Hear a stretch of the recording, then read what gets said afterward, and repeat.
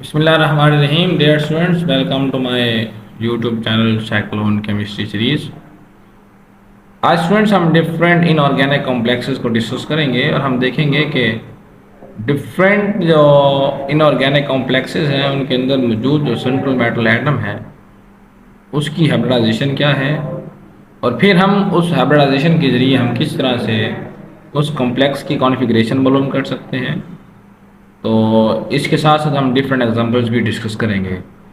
तो स्टूडेंट्स हम देख रहे हैं कि हमारे पास जो पहली स्लाइड है इस पे यहाँ पर अगर हम गौर करें तो यहाँ ये बात कर रहा है कि अगर हमारे पास कोऑर्डिनेशन नंबर 2 होगा तो इस तरह हमारे पास जो हाइब्रिडाइज्ड ऑर्बिटल है वो मीन इसमें हाइब्रिडाइजेशन है हमारे पास वो sp होगी। मतलब जब भी हमारे पास sp हाइब्रिडाइजेशन होगी हमेशा कोऑर्डिनेशन नंबर 2 होगा। और अगर हम ज्योमेट्री देखेंगे तो ज्योमेट्री हमारे पास हमेशा उसके लिए रूबर करेगी। तो ये हमें एक सादी सी एग्जांपल दी गई है जिसके अंदर हम देख रहे हैं कि दो लिगेंड्स जो हैं वो सेंट्रल मेटल एटम से अटैच है। तो हम कह सकते हैं और हर एक लिगेंड जो है क्योंकि एक लोन पेयर डोनेट करेगी तो हम कहेंगे कि इसका कोऑर्डिनेशन नंबर जो है वो 2 होगा। यहाँ हम देख रहे हैं स्टूडेंट्स हमारे पास कोऑर्डिनेशन नंबर 3 है कि हमारे पास हर एक लिगेंड जो है वो 3 लोन पेयर डोनेट करेगी। तो इस तरह ये हमारे पास एग्जांपल दी गई है। इस केस में जो हाइब्रिडाइजेशन है सेंट्रल मेटल एटम के मीन हमारे पास सिल्वर की जहाँ जो हाइब्रिडाइजेशन है वो sp2 होगी और इस तरह हमारे पास यहाँ जो इसकी कॉन्फ़िगरेशन है वो ट्राइगोनल प्लेनर होगी। इसी तरह से हमारे पास अगर कोऑर्डिनेशन नंबर 4 है तो यहाँ दो केसेस बन रहे हैं कि sp3 भी हाइब्रिडाइजेशन हो सकती है सेंट्रल मेटल एटम की और central metal atom dsp2 hybridisation भी रख सकता है। लेकिन अगर हमारे पास sp3 हाइब्रिडाइजेशन होगी तो ज्योमेट्री उसकी टेट्राहेड्रल होगी और अगर उसकी हाइब्रिडाइजेशन जो है वो dsp2 है तो इस तरह उसकी ज्योमेट्री जो है उसकी जो कॉन्फ़िगरेशन है वो प्लेनर होगी। तो इस तरह ये हमारे पास दो यहाँ एग्जांपल्स दी गई हैं। ये हमारे पास टेट्रा कार्बोनिल निकल जो है ये टेट्राहेड्रल हुआ करता है और टेट्रा सियानोनिकलेट आयन जो है ये हमारे पास प्लेनर हुआ करता है क्योंकि नीचे वाले कॉम्प्लेक्स के अंदर जो निकल है वो dsp2 हाइब्रिडाइज्ड है, ऊपर वाले कॉम्प्लेक्स के अंदर निकल हमारे पास sp3 हाइब्रिडाइज्ड है। इसी तरह स्टूडेंट्स अगर हम बात करते हैं हमारे पास कोऑर्डिनेशन नंबर 5 होगा उसमें क्या है कि आपके पास जो हाइब्रिडाइजेशन है हमारे पास वो dsp3 होगी। इस केस में जो हमारे पास ज्योमेट्री है कॉन्फ़िगरेशन जो है वो ट्राइगोनल बायपैरामिडल होगी। तो अगर हम यहाँ गौर करें हमारे पास इस कम्प्लेक्स में जो कॉपर जो है ये कॉपर हमारे पास dsp3 हाइब्रिडाइज्ड है क्योंकि यहाँ हमारे पास 5 लिगेंड जो हैं अटैच हैं और 5 लिगेंड इसको लोन पे डोनेट कर रहे हैं। इन कोऑर्डिनेशन नंबर हमारे पास 5 हुआ और यहाँ हाइब्रिडाइजेशन जो है सेंट्रल मेटल एटम की वो dsp3 है और इस तरह इसकी जो कॉन्फ़िगरेशन है वो ट्राइगोनल बायपैरामिडल होगी। इस तरह हमारे पास आखिरी केस आ रहा है हमारे पास जिसमें कोऑर्डिनेशन नंबर 6 है। मीन यहाँ हमारे पास जो लोन पेयर्स जो हैं वो 6 लोन पेयर्स डोनेट किए जा रहे होंगे सेंट्रल मेटल एटम को। तो स्टूडेंट यहाँ थोड़ी गलती हुई, यहाँ पर हमारे पास यहाँ 6 होना चाहिए कि ये हमारे पास जो 6 अमाइना जो हैं ये 6 लोन पेयर इस कोबाल्ट को डोनेट कर रहे हैं। तो इस केस में हमारे पास जो कोबाल्ट की हाइब्रिडाइजेशन जो है वो d2sp3 होगी और इस केस में इसकी जो कॉन्फ़िगरेशन है वो हमारे पास ऑक्टाहेड्रल होगी। इसके बाद हम स्टूडेंट देखते हैं कि वाई टेट्रा कार्बोनिल निकल इज डायमैग्नेटिक। और इस तरह स्टूडेंट्स ये तीनों के तीनों जो यहाँ जो हमारे पास स्टूडेंट्स हमारे पास ये तीनों के तीनों यहाँ जो क्वेश्चंस आ रहे हैं कि टेट्रा कार्बोनिल निकल जो है डायमैग्नेटिक क्यों होता है, टेट्रा सियानोनिकलेट जो है ये हमारे पास डायमैग्नेटिक क्यों है और टेट्रा क्लोरोनिकलेट आयन जो है ये पैरामैग्नेटिक क्यों है। इन तीनों को हम बारी बारी डिस्कस करते हैं कि ये तीनों में से दो जो हैं वो डायमैग्नेटिक क्यों हैं और आखिरी जो है वो पैरामैग्नेटिक क्यों है। तो स्टूडेंट्स इसके लिए सबसे पहली बात तो ये होनी चाहिए कि डायमैग्नेटिक जो है ये कोई मटेरियल उस वक्त होगा जब उसके अंदर कोई भी इलेक्ट्रॉन जो है वो अनपेयर्ड फॉर्म में नहीं होगा। मीन अगर किसी भी कॉम्प्लेक्स के अंदर कोई भी अगर इलेक्ट्रॉन अनपेयर्ड फॉर्म में नहीं है तो वो हमेशा डायमैग्नेटिक होगा और अगर उसके अंदर अनपेयर्ड फॉर्म में इलेक्ट्रॉन एक हो या एक से ज़्यादा इलेक्ट्रॉन हो हम कहेंगे कि वो हमारे पास मटेरियल जो है वो पैरामैग्नेटिक होगा। तो हम स्टूडेंट साबित करेंगे कि ये दो कॉम्प्लेक्सेस डायमैग्नेटिक क्यों हैं और नीचे वाला हमारे पास कॉम्प्लेक्स जो है ये पैरामैग्नेटिक क्यों है।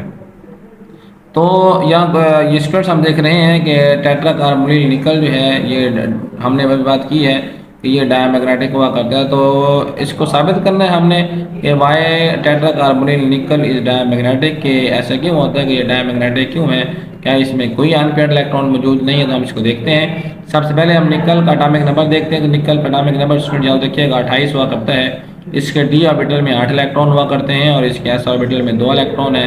इसका पी ऑर्बिटल जो है वो खाली हुआ करता है। तो अगर आप स्टूडेंट देखें तो हमारे पास इस केस में निकल जो है उसका ऑक्सीडेशन नंबर 0 है। मीन यहाँ पर निकल ने कोई भी इलेक्ट्रॉन लूज गेन नहीं किया हुआ, क्योंकि साथ हमारे पास यहाँ पर इसमें कार्बोनिल आ रहा है। तो कार्बोनिल जो है ये क्योंकि एक स्ट्रॉन्ग फील्ड लिगेंड है, तो हमें याद रखिएगा स्टूडेंट जो स्ट्रॉन्ग फील्ड लिगेंड हुआ करते हैं वो हमेशा इलेक्ट्रॉन्स को पेयर्ड कर दिया करते हैं। मतलब जब भी स्ट्रॉन्ग फील्ड लिगेंड किसी सेंट्रल मेटल एटम को जब अप्रोच करते हैं तो उससे ये होता है कि अगर कोई इलेक्ट्रॉन सेंट्रल मेटल एटम के डी ऑर्बिटल में अगर कोई इलेक्ट्रॉन पेयर्ड फॉर्म में हो तो वो उसको पेयर बना देते हैं। यहाँ देख रहे हैं इसमें 2 इलेक्ट्रॉन थे अनपेयर्ड फॉर्म में, तो यहाँ हम देख रहे हैं कि इसमें दोनों के दोनों इलेक्ट्रॉन जो है पेयर्ड फॉर्म में आ गए हैं। और क्योंकि ये ऑर्बिटल इसका खाली हो गया था, क्योंकि ये इलेक्ट्रॉन यहाँ जब शिफ्ट हो जाएगा तो इस तरह से हम ये देखेंगे ये ऑर्बिटल खाली हो जाएगा। इस ऑर्बिटल खाली होने के बाद क्या होगा कि जो एस ऑर्बिटल के इलेक्ट्रॉन जो है वो इस लो एनर्जी ऑर्बिटल में आ जाएंगे। तो इस तरह एस और 3 पी इसके खाली हो गए। अब हम देखेंगे कि हमारे पास यहाँ पर 4 कार्बोनिल आ रहे हैं। तो इस तरह 4 कार्बोनिल अपने जो बॉन्ड्स हैं वो इन एक एस और 3 पी के साथ बना देंगे। तो हम कहेंगे क्योंकि हमारे पास यहाँ पर इस बॉन्ड फॉर्मेशन मीन 4 कार्बोनिल के निकल के साथ बॉन्ड फॉर्मेशन में क्योंकि एक एस और 3 पी ऑर्बिटल्स यहाँ शामिल किए गए, इसलिए हम कहेंगे कि यहाँ निकल जो है वो sp3 हाइब्रिडाइज्ड है। और यहाँ अगर हम क्या और हम ये बात जानते हैं अगर हाइब्रिडाइजेशन sp3 हो तो उसकी कॉन्फ़िगरेशन और ज्योमेट्री जो है वो टेट्राहेड्रल हुआ करती है। तो मालूम हुआ कि ये हमारे पास कॉम्प्लेक्स जो दिया गया था ये टेट्राहेड्रल होगा। और डायमैग्नेटिक स्टूडेंट इसलिए है क्योंकि यहाँ पर स्ट्रॉन्ग फील्ड लिगेंड की मौजूदगी की वजह से ये दोनों जो अनपेयर्ड इलेक्ट्रॉन थे अब ये पेयर्ड फॉर्म में है। मतलब अब इस कॉम्प्लेक्स के अंदर किसी भी तरह का कोई भी अनपेयर्ड इलेक्ट्रॉन मौजूद नहीं है। तो अनपेयर्ड इलेक्ट्रॉन ना होने की वजह से स्टूडेंट्स हम ये कहेंगे कि ये कॉम्प्लेक्स हमारे पास डायमैग्नेटिक होगा। ये स्टूडेंट्स हमारे पास एक और कॉम्प्लेक्स दिया गया है जो कि टेट्रासियानोनिक्लेट आयन है। हम इसको देखना चाह रहे हैं कि क्या ये भी डायमैग्नेटिक है। तो हम देखते हैं स्टूडेंट्स हमारे पास सबसे पहले हम देखते हैं कि निकल का ऑक्सीडेशन नंबर क्या है। तो इस कॉम्प्लेक्स के अंदर निकल जो है वो +2 फॉर्म में मौजूद है।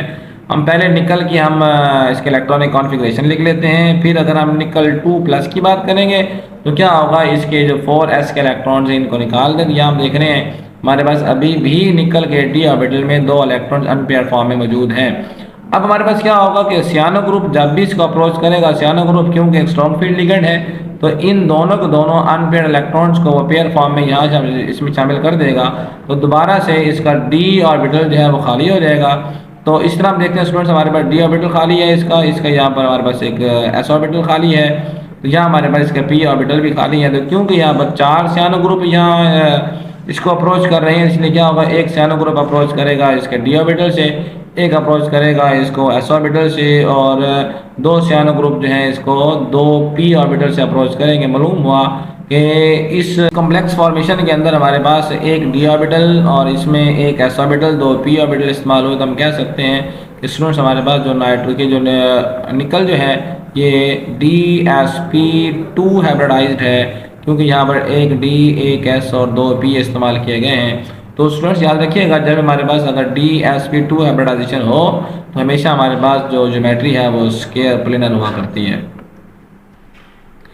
वाई टेट्राक्लोरोनिक्लेट आयन इस पैरामैग्नेटिक के हमारे पास जो टेट्राक्लोरोनिक्लेट आयन है ये पैरामैग्नेटिक क्यों है स्टूडेंट्स हम देखना चाह रहे हैं। अच्छा हम जरा ये देखते हैं कि इससे पहले वाला हमारे पास जो कॉम्प्लेक्स था वो भी डायमैग्नेटिक था, क्योंकि हम देख रहे हैं कि आखिरी हमारे पास के कंपाउंड फॉर्मेशन के बाद कोई भी इसमें अनपेयर्ड इलेक्ट्रॉन मौजूद नहीं है, इसलिए हम कहेंगे हमारे पास ये कॉम्प्लेक्स जो था वो डायमैग्नेटिक होगा। अब ये हमारे पास जो कॉम्प्लेक्स टेट्राक्लोरोनिक्लेट आयन है ये पैरामैग्नेटिक हम साबित करना चाहते हैं स्टूडेंट्स। ये हमारे पास कॉम्प्लेक्स जो है पैरामैग्नेटिक है ये नहीं है। इस सिलसिले में सबसे पहले आप निकल के आप इलेक्ट्रॉनिक कॉन्फ़िगरेशन देखेंगे स्टूडेंट। ये हमारे पास यहाँ गलती हो गई, यहाँ नहीं होना चाहिए तो हम ये आयन भी नहीं है बल्कि ये सिंपल हमारे पास निकल की इलेक्ट्रॉनिक कॉन्फ़िगरेशन दी गई है जिसमें हमारे पास डी ऑर्बिटल में 2 इलेक्ट्रॉन अनपेयर्ड फॉर्म में शो किया गया है। अब क्योंकि यहाँ इसमें गौर करें तो निकल जो है यहाँ हमारे पास +2 फॉर्म में है। इसमें ये होगा कि आप लोग निकल जो है निकल के एस ऑर्बिटल से 2 इलेक्ट्रॉन्स को यहाँ से निकाल देंगे, तो इस तरह इसका एस ऑर्बिटल जो है खाली हो जाएगा और यहाँ हमारे पास अभी भी इसके डी ऑर्बिटल में 2 इलेक्ट्रॉन अनपेयर्ड फॉर्म में मौजूद हैं।